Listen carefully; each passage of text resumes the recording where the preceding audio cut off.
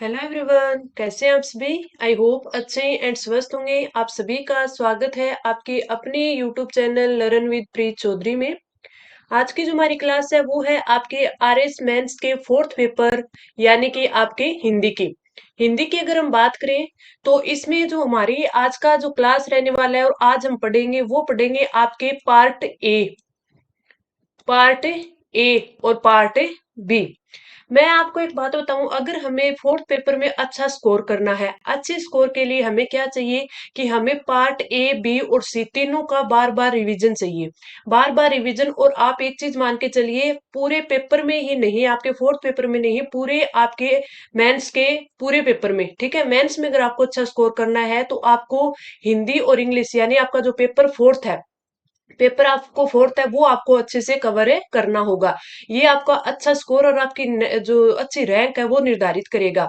तो इसके लिए हर दिन हमें 1.5 से 2 घंटे है इसके लिए चाहिए ही चाहिए। एक बात है, जो एक दो बच्चों का मेरे को इंस्टाग्राम पे कमेंट आया था, उस चीज का मैं यहाँ पे रिप्लाई देना चाहूंगी।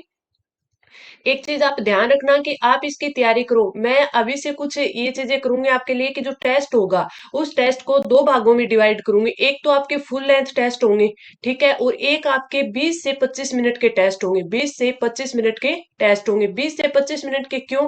क्योंकि मान लीजिए आपको पर डे है वो 2 घंटे पढ़ना है, ठीक है। तो इसमें हमें पार्ट ए तो पढ़ना ही पढ़ना है, तो वो तो आपकी प्रैक्टिस पे है। आप जितना ज्यादा प्रैक्टिस करोगे उतनी आपकी अच्छी होगी। और उसमें मैं आपके लिए क्या कर सकती हूँ कि मैं जो आपके पार्ट ए में 12 टॉपिक है, और इन 12 टॉपिकों को अच्छे से याद कर लो। इनका मैटर तो याद करना ही करना है, टॉपिक भी आपको अच्छे से याद होने चाहिए। इनकी बात करें तो संधि, उपसर्ग, प्रत्यय, पर्यायवाची, विलोम शब्द, आपके शब्द युग्म, वाक्यांश के लिए एक शब्द, शब्द शुद्धि, वाक्य शुद्धि, मुहावरे, लोकोक्ति और पारिभाषिक शब्दावली, ये 12 टॉपिक आपके पार्ट ए में है। जिसमें हम सारे टॉपिक वैसे कर चुके हैं, हर एक टेस्ट में हम कर रहे हैं। और इनके बीच बीच में जैसे आपके क्या हो गए, आपके पर्यायवाची शब्द हो गए, शब्द युग्म हो गए, शब्द शुद्धि हो गई, इन 3-4 टॉपिक होंगे। इनकी बार बार मैं आपको छोटी छोटी क्लासेज है वो प्रोवाइड करवाऊंगी। उनमें वही आपके शब्द शुद्धि, वही आपके शब्द युग्म होंगे जो आपके बार बार एग्जाम में आते हैं या आने वाले हैं, यानी इंपॉर्टेंट जो लगेंगे, ठीक है। तो वो आपके लिए एक ये होगी कि आप उस वीडियो को, वो आपकी 20 से 25 मिनट की होगी, तो आप अच्छे से उनको कवर कर पाओगे, रिवीजन कर पाओगे। दूसरा आपका पार्ट बी है। पार्ट बी में आपके 5 टॉपिक है। 5 टॉपिक की बात करें, एक आपका संक्षिप्तीकरण है जो कि हम कर चुके हैं। पलवन है, वो भी हम कर चुके हैं। पत्र लेखन है, पत्र लेखन में आपके 4 टॉपिक है। 4 में से 2 हम कर चुके हैं, कार्यालय पत्र और आपके अनुस्मारक। 2 रही हैं, वो जल्दी हमें कर लेंगे। तीसरा अपना कौन सा है? तीसरा है अपना प्रारूप लेखन। प्रारूप लेखन में भी आपके 4 टॉपिक है। 4 कौन कौन से है? अधिसूचना, निविदा, परिपत्र और विज्ञप्ति। जिसमें से हम 2 कर चुके हैं, आपकी परिपत्र और निविदा। और 5वां आपका अनुवाद है जो कि हमें अच्छे से कर चुके हैं। लेकिन जो हमने कर लिया है वो कर लिया। अब ये नहीं सोचना कि हम आगे से आगे करते जाए। अब हमारे अगर टॉपिक में देखें ना, 2 ही टॉपिक रहे, 2 टॉपिकों के 4 टॉपिक। एक आपकी रही है आपकी एक आपकी रही है अधिसूचना, विज्ञप्ति, 2 ये चीजें रही है। और 2 आपके अर्थशास्त्रीय पत्र और एक आपका कार्यालय आदेश, 4 ही आपके रही है। फिर आपका पार्ट ए और पार्ट बी है, बिल्कुल अच्छे से कवर हो जाएंगे। ये भी मैं आपको जल्दी करवा दूंगी, लेकिन आपको जो पीछे करवाया उसका बार बार रिवीजन करते रहना है। जितने ज्यादा आप एग्जाम्पल करोगे, जितना ज्यादा आप रिवीजन करोगे, आपके अच्छा स्कोर है आपका बन पाएगा। तो आपकी स्ट्रेटेजी ये रहनी चाहिए कि हर दिन है हमें 2 घंटे पढ़ना है, जिसमें पार्ट ए को हमें ज्यादा से ज्यादा टाइम देना है, और पार्ट बी है उसको जितना ज्यादा रिवीजन करना है, उसके साथ साथ उसके लिखने की यानी आंसर राइटिंग की प्रैक्टिस आपको करनी है। इसीलिए मैं आपको बार बार वो चीजें ज्यादा करवा रही हूँ जो मैंने करवा दी है। आपके सिर्फ इसमें 4 ही आपके टॉपिक बचे हैं, वो मैं जल्द आपको करवा दूंगी, लेकिन जो पीछे करवा दिए वो ज्यादा इंपॉर्टेंट बनते हैं। अब हम करते हैं आज की क्लास की बात। तो आज की क्लास की बात करें तो आज की क्लास में हमारे पार्ट ए में तो संधि रहने वाली है, संधि के हम यहाँ पे क्वेश्चन करेंगे। और पार्ट बी की मैं अगर बात करूं तो पार्ट बी में आपका एक तो कार्यालय पत्र रहने वाला है। कौन सा? सामान्य जो कार्यालय पत्र है वो करेंगे हम, कार्यालय पत्र करेंगे, ठीक है। और एक आपका दूसरा जो क्वेश्चन है वो रहने वाला है। तो ये दोनों क्वेश्चन हम इंपॉर्टेंट इसलिए है क्योंकि इनका बार बार हमें रिवीजन करना है। तो चलिए आज का जो टेस्ट है हम स्टार्ट करते हैं। ये आपकी 20 से 25 मिनट की क्लास होगी जो कि आपकी बहुत ही इंपॉर्टेंट है। हमारा जो पहला क्वेश्चन है, निम्नलिखित शब्दों की संधि कीजिए। हमें करनी है संधि, जो कि हमें संधि विच्छेद दिया गया है। उत प्लस जवल, उत प्लस जवल की क्या होती है? उज्जवल। उत प्लस जवल की क्या आती है? उज्जवल। और उज्जवल में एक चीज आपको और देखने को मिलेगी, ठीक है, ये क्या कि ये जो उज्जवल शब्द है, ये संधि भी आपकी इंपॉर्टेंट है और आपकी जो शब्द शुद्धि है वो भी बहुत ज्यादा इंपॉर्टेंट है। ठीक है, तो शब्द शुद्धि में भी आप ध्यान से देखिएगा कि उज्जवल में दोनों के दोनों जय है वो आधे आते हैं, दोनों के दोनों जय है वो आधे आते हैं, तो इसकी शब्द शुद्धि भी आपको अच्छे से ध्यान होनी चाहिए। अगला आता है हमारा पुर प्लस वाक, यहाँ पे विसर्ग आएगी, पुर प्लस वाक। तो अगर इसकी बात करें तो इसमें जो संधि हम करेंगे, संधि विच्छेद की संधि करेंगे, तो इससे क्या बनेगा? इसका बनेगा पुरोवाक, पुरोवाक। इसमें हलंत होता है, ठीक है, पुरोवाक। उत प्लस ज्वल उज्ज्वल, पूर्व विसर्ग प्लस वाक, पुरोवाक। अगला जो हमारा आता है वो आता है मृद प्लस पात्र, मृद प्लस पात्र। तो मृद प्लस पात्र का क्या हो जाएगा?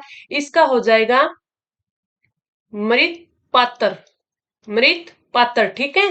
द है, इस द का क्या हो गया? यहाँ पे तय हो गया, ठीक है। तो मृत पात्र यानी मिट्टी का बर्तन, इसका क्या हो जाएगा? मिट्टी का बर्तन, का बर्तन, ठीक है। अगला हमारा आता है चतु प्लस दिशा। अगला हमारा क्या है? चतु प्लस दिशा। अगर इसकी बात करें तो इसमें ये विसर्ग है, चतु प्लस दिशा। चतु प्लस दिशा को होता है चतुर दिशा, चतुर दिशा। द के ऊपर रह आएगा, चतुर दिशा। चतु विसर्ग प्लस दिशा, चतुर दिशा। अगला आता है हमारा संसद प्लस सदस्य, संसद प्लस सदस्य। इसका क्या बनता है? इसका बनता है स और स, ये पूरा हो गया, ठीक है। फिर इसका द का आधा तय बन गया, फिर आगे क्या है? स आ गया, फिर सदस्य, ठीक है, संसदस्य, संसदस्य, ठीक है। और ये जो है, ये मैंने आपको पीछे जो आपका शब्द शुद्धि का पार्ट थर्ड करवाया है, उस पार्ट थर्ड में ये मैंने आपको क्या बताई है? इसकी शब्द शुद्धि बताई है कि इसको किस प्रकार से गलत वे में यानी अशुद्ध करके लिखा जा सकता है और किस प्रकार आपको शुद्ध है वो लिखना है। तो ये आपको बहुत अच्छे से, वेरी इंपॉर्टेंट है ये वर्ड आपका, जो कि संधि में और आपके शब्द शुद्धि में ही काफी इंपॉर्टेंट रहता है। जो जो चीजें मैं आपको बताऊं कि हाँ ये आपके शब्द शुद्धि में, ये आपके संधि में इंपॉर्टेंट रहते हैं, उन शब्दों को आप एक बार अपने हाथ से लिख कर जरूर देखना। क्यों? क्योंकि वो इंपॉर्टेंट होते हैं, इसीलिए मैं आपको बताती हूँ। तो ये हमारा क्वेश्चन फर्स्ट हुआ जिसमें हमने संधि कर ली किसकी? 5 एग्जाम्पल की, ठीक है। अब हम आगे बढ़ते हैं, हमारा अगला क्वेश्चन। अगला क्वेश्चन क्या है? इसमें हमें क्या करनी है? संधि विच्छेद करनी है। इसमें संधि विच्छेद करनी है, जो कि हमें शब्द दिया गया है। सबसे पहले हमें दिया गया सच्चिदानंद। सच्चिदानंद की बात करें तो इसमें हम पूरा ही करते हैं, सत प्लस चित प्लस आनंद, आनंद। सत प्लस चित प्लस आनंद, सच्चिदानंद, ठीक है। अगला हमारा क्या है? श्री मत्सर चंद्र, श्री मत्सर चंद्र।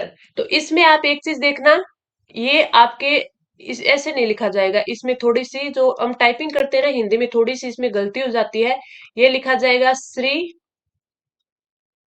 मत्सर चंद्र। चंद्र में आपका आधा च, पूरा च और आधा न और द, इस प्रकार लिखा जाएगा। और इस शब्द को आप शब्द शुद्धि के ध्यान से भी अच्छे से लिख लेना, ठीक है। ये लिखा गया। अब इसकी अगर हम संधि विच्छेद की बात करें तो इसमें क्या होगा?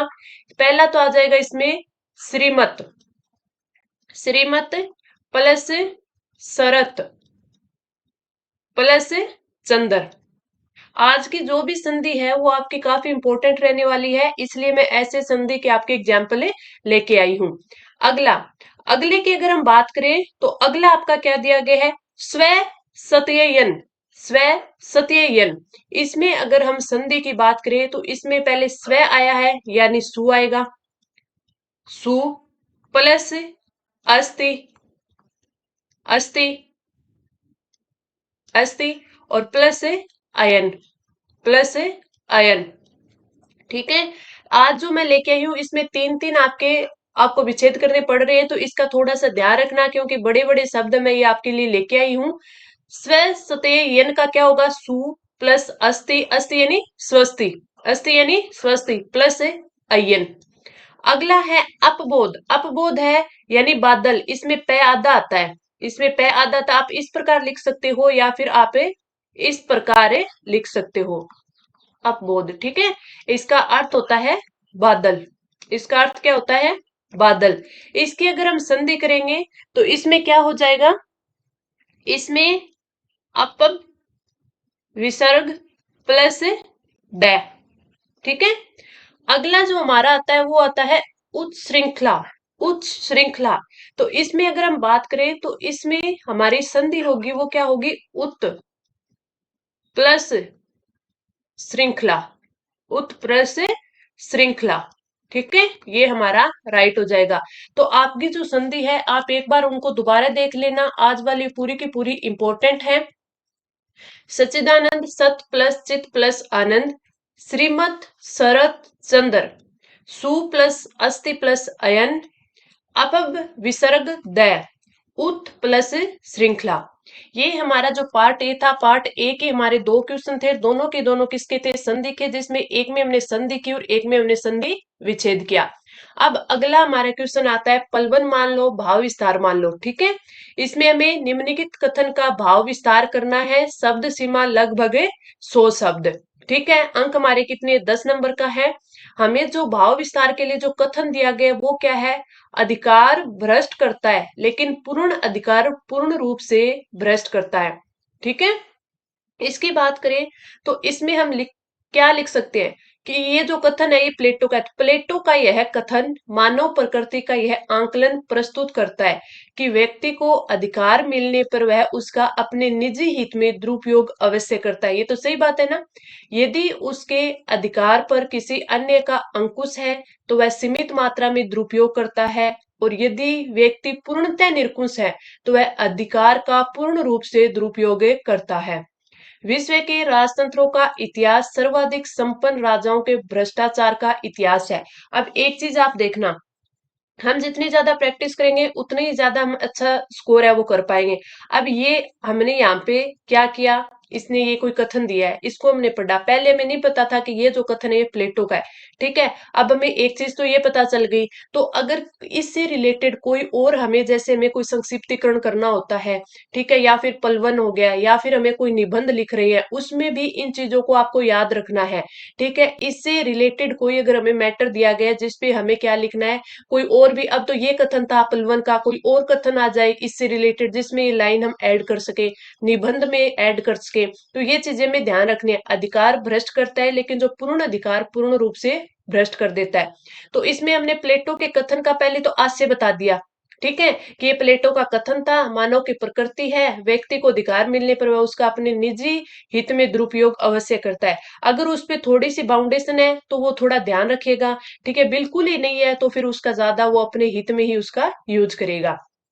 आगे उसने क्या लिखा है कि विश्व के राजतंत्रों का इतिहास सर्वाधिक संपन्न राजाओं के भ्रष्टाचार का इतिहास है। ये हम यहाँ पे ऐड करें तो ये काफी इंपॉर्टेंट है। अब देखिए, लोकतंत्र में शक्ति के पृथक्करण एवं विकेंद्रीकरण को इसलिए अपनाया गया है ताकि अधिकार किसी एक व्यक्ति या एक संस्था के हाथों में सिमट कर न रह जाए। लोकतंत्र में भी जहां जहां कोई राजनेता अधिकारी या अधिक शक्तिशाली यानी कि अधिकार संपन्न बन जाता है, अधिक शक्तिशाली या अधिकार संपन्न बन जाता है, वहां वहां अंततः भ्रष्ट व्यवस्था को जन्म देता है। भ्रष्ट है वो व्यवस्था को जन्म देता है। हिटलर को जब पूर्ण सत्ता प्राप्त हुई तब उसने अपनी सत्ता का दुरुपयोग करते हुए लाखों लोगों की जान ले ली थी। इस तरह के उदाहरण यह सिद्ध करते हैं कि पूर्ण अधिकार पूर्ण रूप से भ्रष्ट भी कर सकता है। ठीक है, एक चीज ध्यान देखना, इसमें फिर इसने किसका एग्जाम्पल दे दिया? हिटलर का दे दिया। ठीक है, तो इस प्रकार हमें कोई, इसमें तो हम क्या है इसके किसी कथन का एग्जाम्पल दे रखे हैं, कोई सूक्ति भी लिख सकते हैं। ठीक है, ये चीज ध्यान रखना।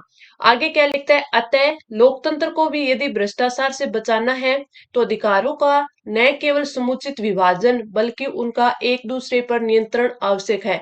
नहीं तो लॉर्ड एडिक्टन के कथन की तरह यह घटित होकर ही रहता है कि सत्ता भ्रष्ट करती है, संपूर्ण सत्ता संपूर्ण रूप से भ्रष्ट करती है। ठीक है, तो ये चीजें आपका जो आपका भाव विस्तार था ये यहाँ पे कंप्लीट हो गया।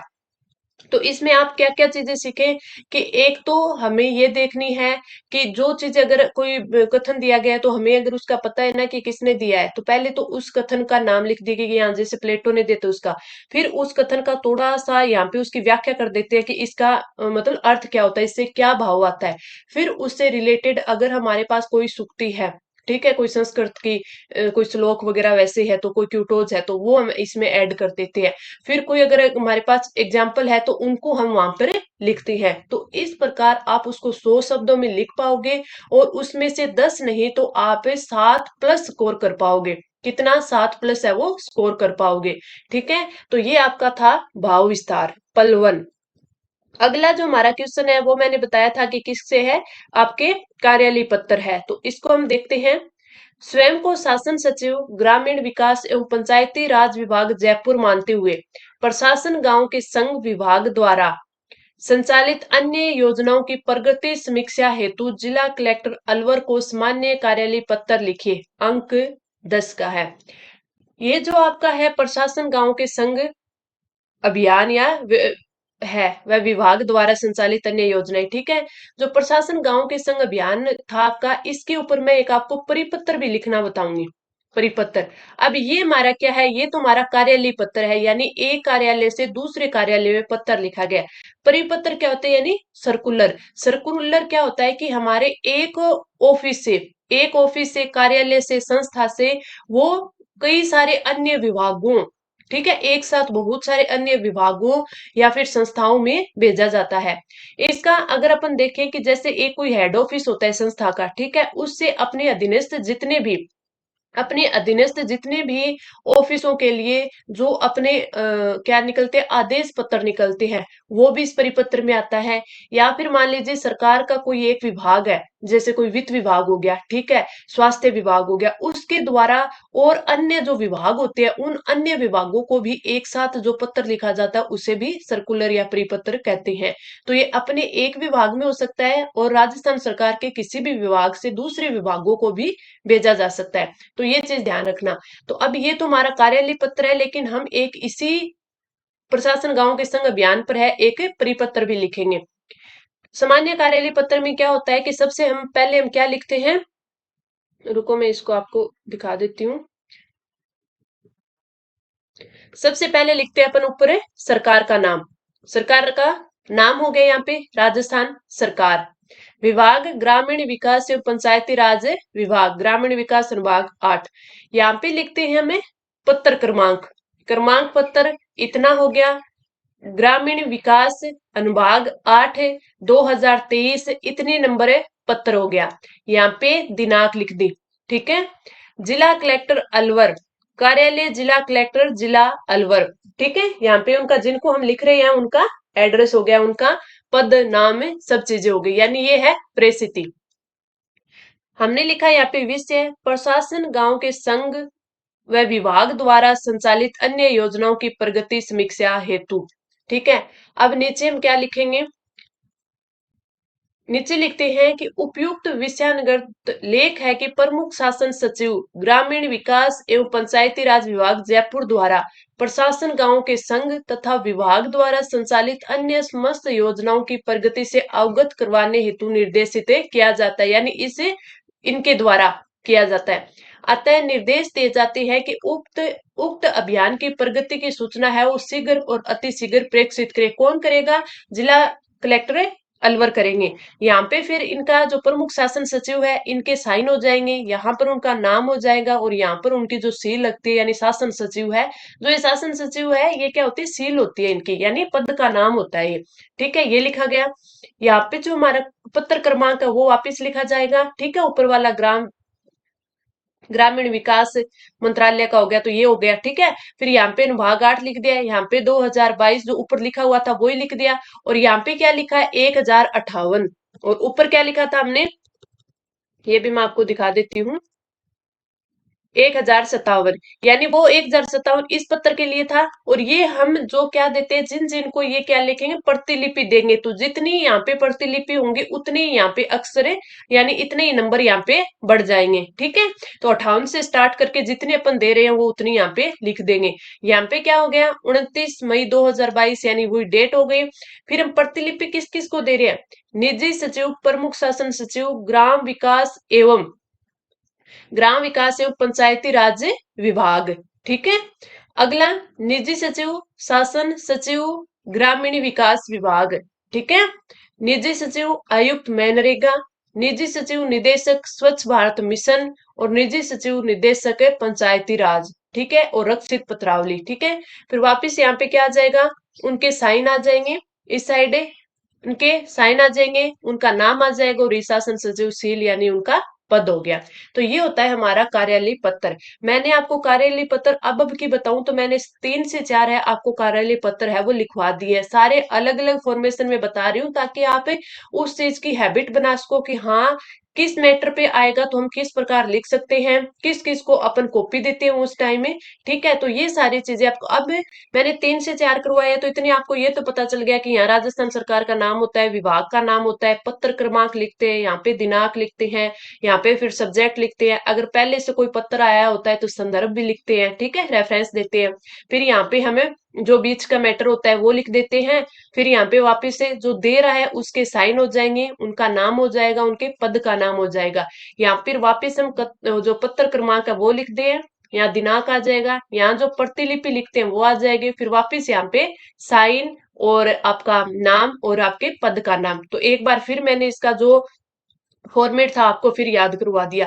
फॉर्मेट आपको बार बार आप ऐसे देखो याद हो जाएगा, बस अब आपको क्या ज्यादा से ज्यादा प्रैक्टिस करनी है, जिससे ज्यादा से ज्यादा आप एग्जाम्पल करोगे तो आपको पता लग जाएगा कि आप इसके अंदर वाले भाग में है आपको क्या क्या मैटर लिखना होता है, कौन सी आपकी लैंग्वेज होनी चाहिए, किस प्रकार आपके शब्द है वो लिखे जाने चाहिए, ठीक है।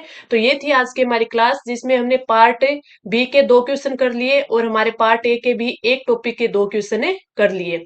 तो क्लास कैसी लगी कमेंट करके जरूर बताना, अपने दोस्तों के साथ शेयर जरूर करना। अब हम मिलते हैं अगली क्लास में, धन्यवाद।